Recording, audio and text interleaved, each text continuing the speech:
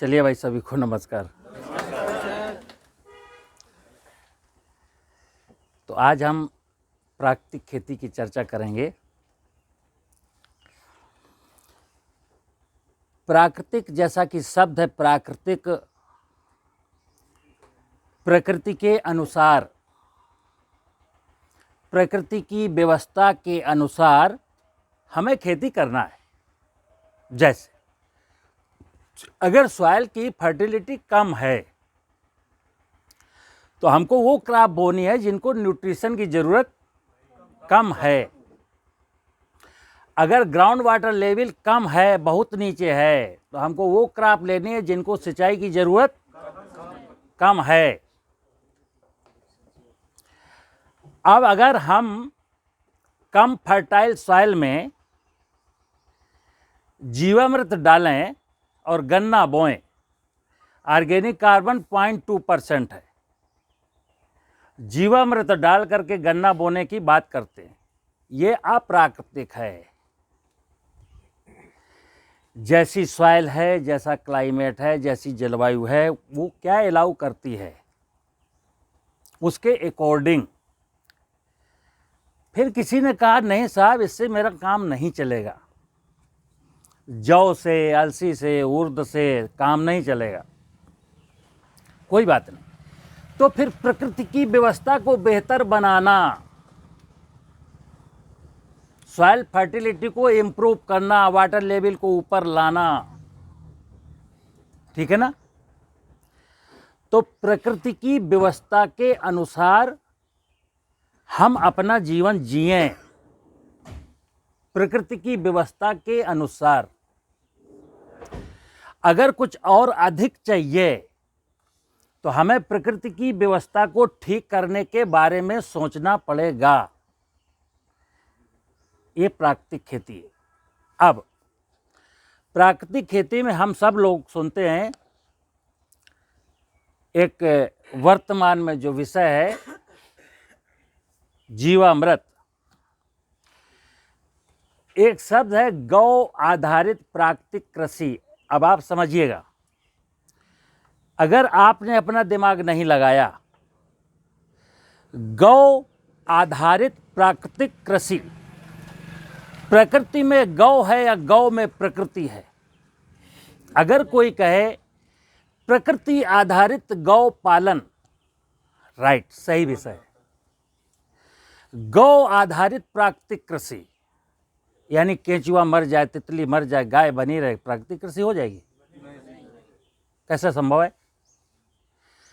तो मैंने आपको पहले बताया कि जब तक आप अपने कॉमन सेंस का इस्तेमाल नहीं करेंगे, तब तक आपको कोई भी विषय समझ में नहीं आएगा। और उसका एक उदाहरण है कि पिछले 3 साल से इस विषय पर चर्चा हो रही है, प्राकृतिक खेती पर। जैसा कि मैंने बोला कि हमारे देश के आदरणीय प्रधानमंत्री नरेंद्र मोदी जी ने लाल किले की प्राचीर से 3 साल पहले बोला था कि मैं अब अपनी मातृभूमि को और अधिक खराब नहीं होने दूंगा। उनका कॉन्सेप्ट क्या है? उनका कॉन्सेप्ट क्लियर है, लेकिन अब प्रधानमंत्री जी मतलब खेत तो नहीं घूमेंगे ना। अब उन्होंने एक आइडिया दिया, एक हमको मोटिवेट किया, देश के लोगों को मोटिवेट किया। अब मेरी ड्यूटी बनती है कि उनका सपना कैसे साकार हो, जन जन की जिम्मेदारी है। और ये प्राकृतिक खेती इसलिए है कि मेरी मृत्यु के बाद भी इस दुनिया में लोग रहेंगे। ऐसा नहीं है कि मुझे यहाँ से मर करके जब जाएंगे तो फिर ये सृष्टि समाप्त हो जाएगी। तो जैसे मेरे पूर्वज मेरे लिए प्राकृतिक संसाधनों को संजो करके रखते थे, उसी प्रकार हमको भी अपनी आने वाली पीढ़ियों के लिए प्राकृतिक संसाधनों के स्वरूप को बेहतरीन बना के जाना है।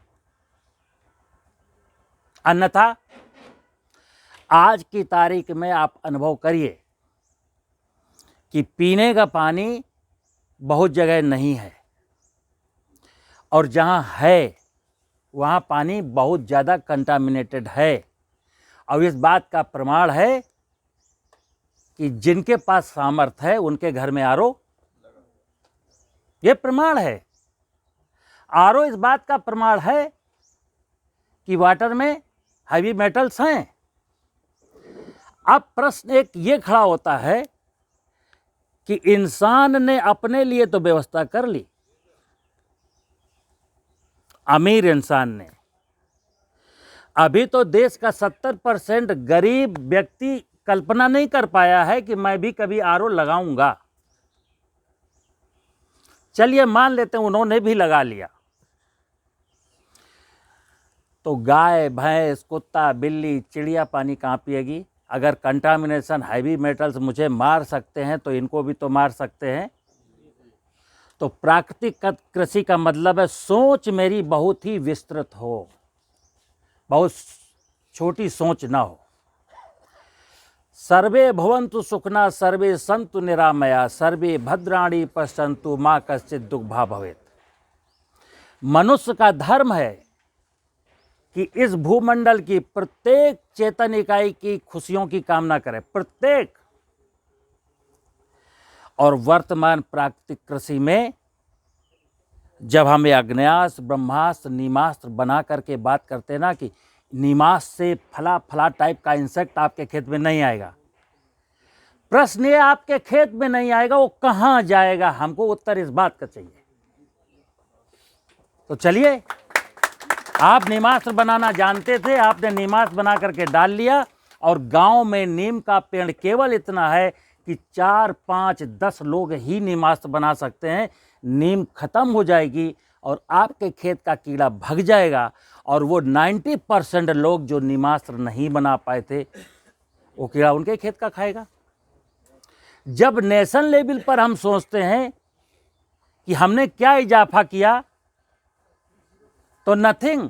हाँ, आपका पर्सनल व्यक्तिगत लाभ हो गया कि 2 कुंटल जो इंसेक्ट क्षति पहुंचाता वो मैंने बचा लिया, और वो क्षति कहीं दूसरी जगह।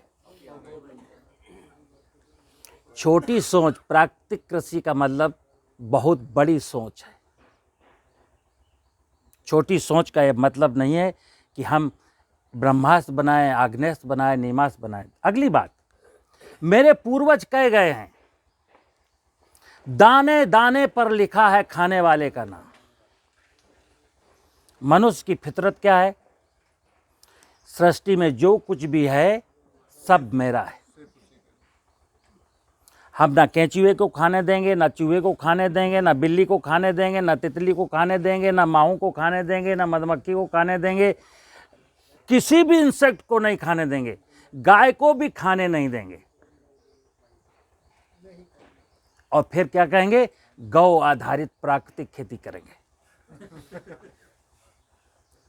देश में 93% लोगों के पास गाय नहीं बची, और अगर प्राकृतिक कृषि में गौमूत्र और गोबर की जरूरत पड़ती है तो इसका सीधा मतलब है कि ये विषय 93% लोगों के लिए नहीं है। गलत? हमें प्राकृतिक कृषि हर किसान के साथ अडॉप्ट करवानी, हर किसान को प्राकृतिक खेती सिखानी है। गाय नहीं है तब भी वो जीवामृत कैसे बनाए, ये सोच डेवलप करनी है। अन्यथा आप जिस क्षेत्र में आपकी पोस्टिंग होगी उस क्षेत्र में आप ये प्राकृतिक खेती का तो चलेगा सिलसिला। आपको भी लक्ष्य दिया जाएगा कि प्राकृतिक खेती के बारे में प्रमोट करिए, प्राकृतिक खेती करवाइए, प्राकृतिक खेती, और एक हवा चल पड़ी। अब समस्या है कि प्राकृतिक खेती के घटक, अगर एक किसान 1 एकड़ की खेती के लिए उसको 10 लीटर गौमूत्र चाहिए तो ठीक है, जिसके पास गाय है वो कर लेगा, लेकिन जिसके पास गाय नहीं है 10 लीटर गौमूत्र को इकट्ठा करने के लिए व्यवहारिक रूप से बताइए कुछ कर सकता है? उसको कोई देगा? हाँ, बहुत ज़्यादा होगा तो कोई कह देगा ठीक है आप मेरे दरवाजे पे बैठिए, जब गाय यूरिन करे तब आप मग्घा लेके खड़े हो जाना।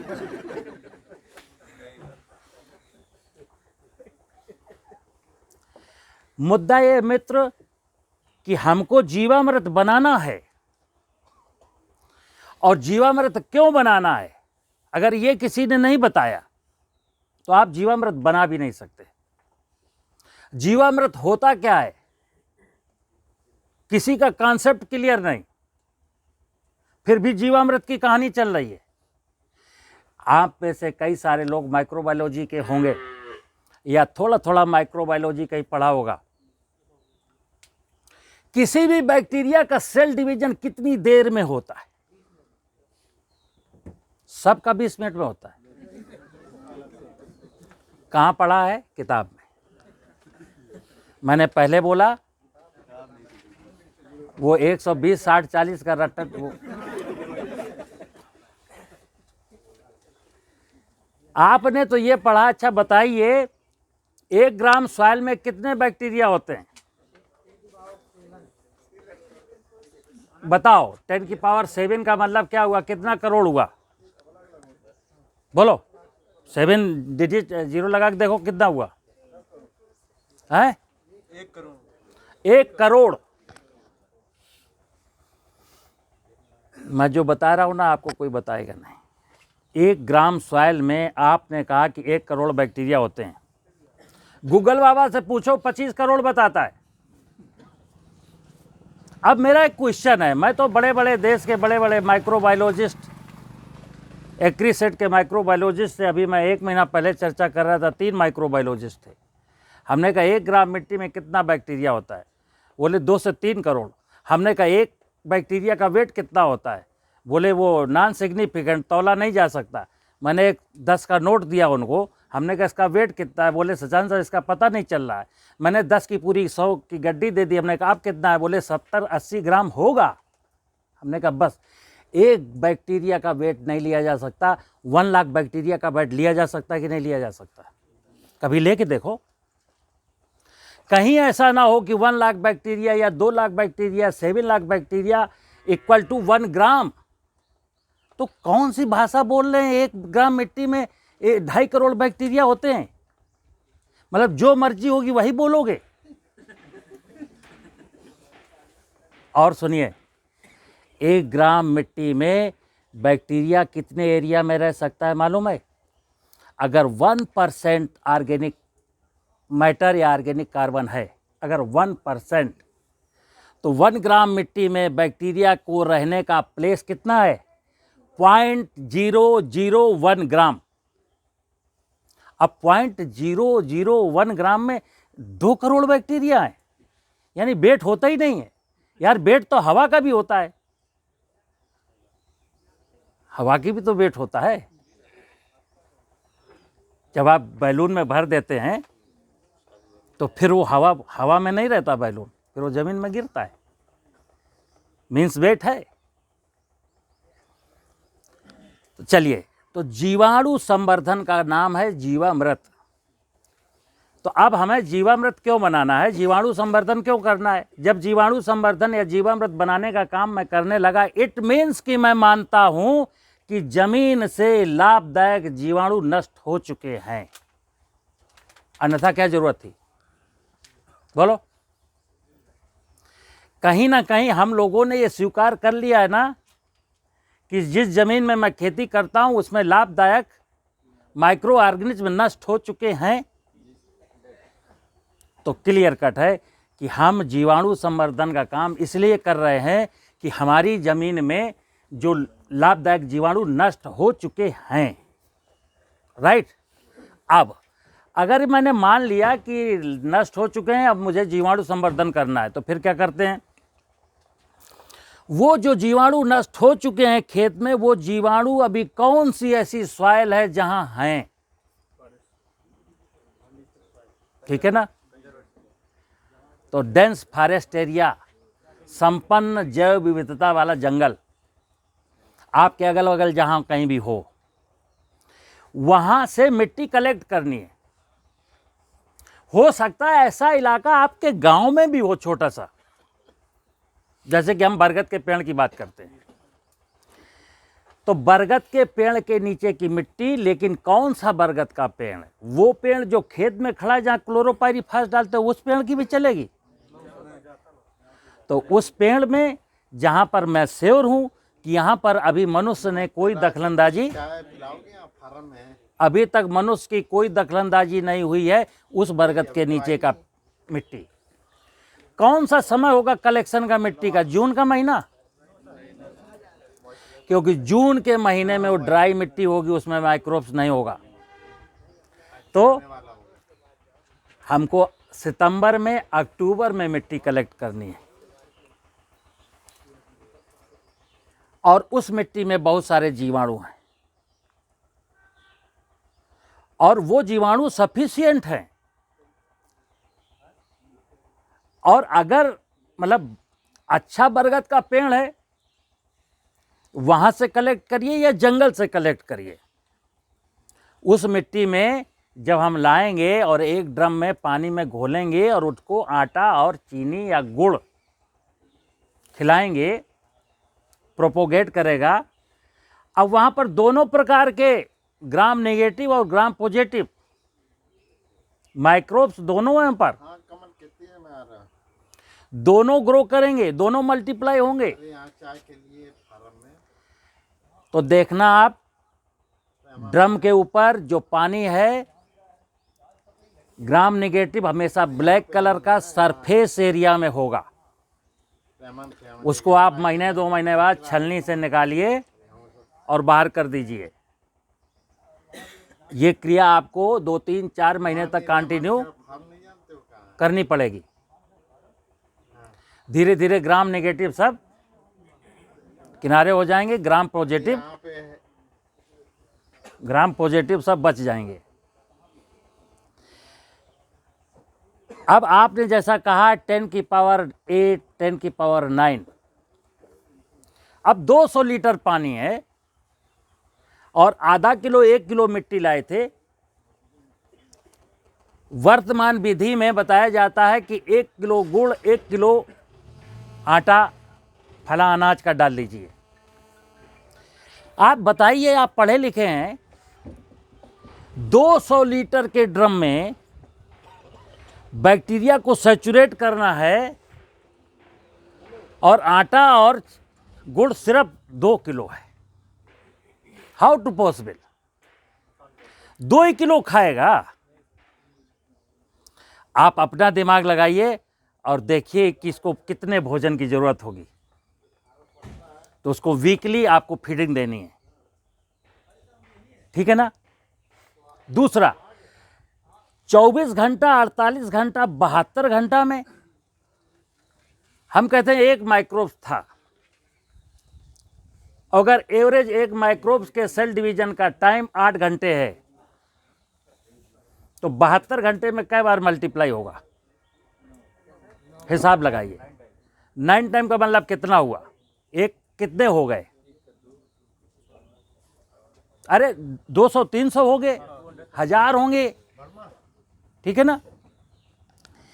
तो ये 10 की पावर 9 कहां हुआ?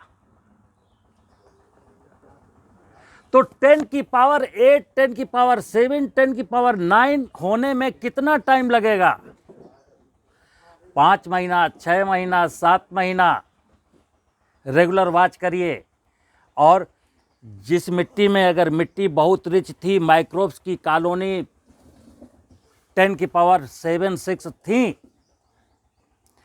तो 3 महीने में, अगर वो मिट्टी में हम हाइपोथेटिकली लाए थे ना, हम वहाँ काउंट तो नहीं कर सकते थे, अगर उसमें 10 की पावर 2 रही होंगी तो हो सकता है 5 महीना लगे। ये डिपेंड करेगा उस वैल्यू की, किस वैल्यू की मिट्टी आई थी हमारे पास, ठीक है ना। इसमें वो सारे प्रकार के जीवाणु, अब हम कल्पना करते हैं कि जितने प्रकार के लाभदायक जीवाणु हमारे खेत में होने चाहिए थे, अब इसमें रेडी हो गए।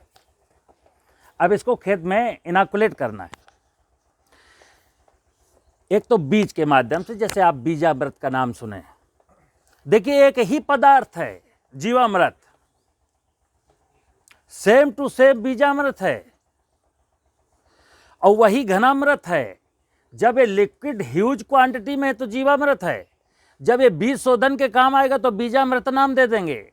और जब इस जीवामृत को निकाल करके सूखे हुए गोबर में मिला करके सॉलिड बनाएंगे तो ये घनजीवामृत हो जाएगा।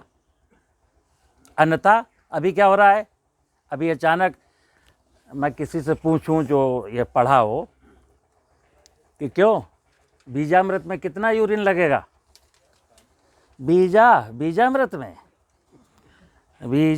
में साहब 5 लीटर लगेगा। कंफ्यूज, कौन सा सीड बोने जा रहे हो? 5 लीटर कैसे कह दिया आपने? तिल की खेती करने जा रहे हो, बाजरे की खेती करने जा रहे हो, तो बीजामृत में जो कहते हैं ना, बीजामृत में इतना लीटर ये, इतना किलो ये, इतना ये, कैसे? पहले क्रॉप का नाम बताओ ना। 1 कुंटल सीड ट्रीट करना है, जैसे गेहूं 1 कुंटल लगता है, मटर 80 किलो लगता है, मसूर 40 किलो लगता है, सरसों 5 किलो लगती है। तो फिर वही बात आ गई 120, 60, 40। बीजामृत तो साहब हम उतना ही बनाएंगे, बीज चाहे कोई भी हो। फिर हम बीजामृत में खोजेंगे कि तिल कहाँ गया।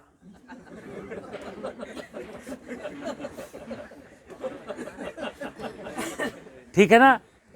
आप सारे लोग अच्छी शिक्षा पा करके अच्छे इंस्टीट्यूट से आए हो, इसलिए आप हमेशा ध्यान रखना कि एक विज्ञान है। 2 ही चीज़ें हैं संसार में, या तो विज्ञान है या फिर दर्शन है। विज्ञान सम्मत बात विज्ञान सम्मत होनी चाहिए, और दर्शन वाली बात दर्शन के अकॉर्डिंग होनी चाहिए।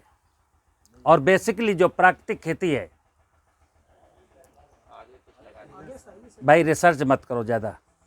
हेलो, बंद करो इसको, बंद कर दो, निकालो, बंद करो उसको। अब वीडियो आप कर दो।